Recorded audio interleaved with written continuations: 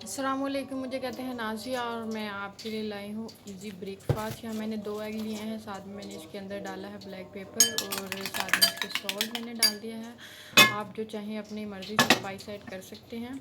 और मॉर्निंग में तो इतना स्पाइस अच्छा नहीं लगता, तो अभी इसके अंदर मैंने हल्का सा ग्रीस किया है इसको ऑयल के साथ। उसके बाद मैंने एग जो है वो सेपरेट कर दिया है और अभी मैं इसके अंदर जो है ब्रेड वो मैं रखूँगी। इसको मैंने उसको एक साइड से ब्रेड को थोड़ा सा काट लिया है और ये देखिए मेरे पास बड़ा पैन नहीं था, मैंने इसको साइड से थोड़ा सा काटा हुआ है।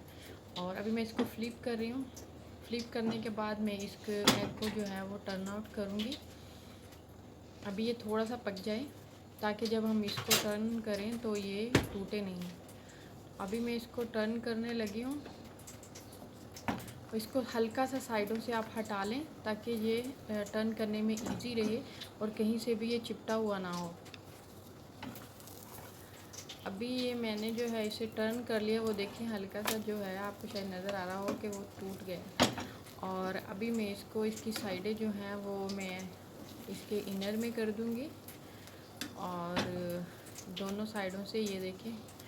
और फिर इसको मैं इसकी ये वाली साइड भी अंदर कर दूंगी और ये एक सैंडविच रेडी हो चुका है।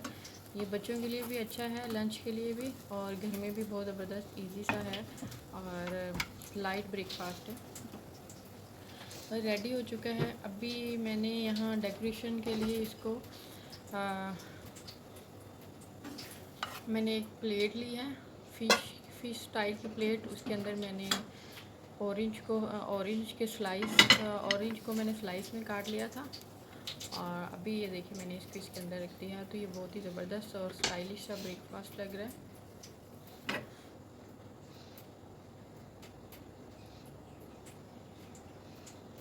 ये मेरी फ़िश ट्रे है। इसके बाद मैंने इसको अंदर मीट में से काट के मैंने इसको 2 सैंडविच में डिवाइड कर दिया। ये देखें ये रेडी हो चुका है मेरा ब्रेकफास्ट। आई होप कि आपको मेरी ये लाइट सी रेसिपी पसंद आएगी। मिलते हैं बाद में।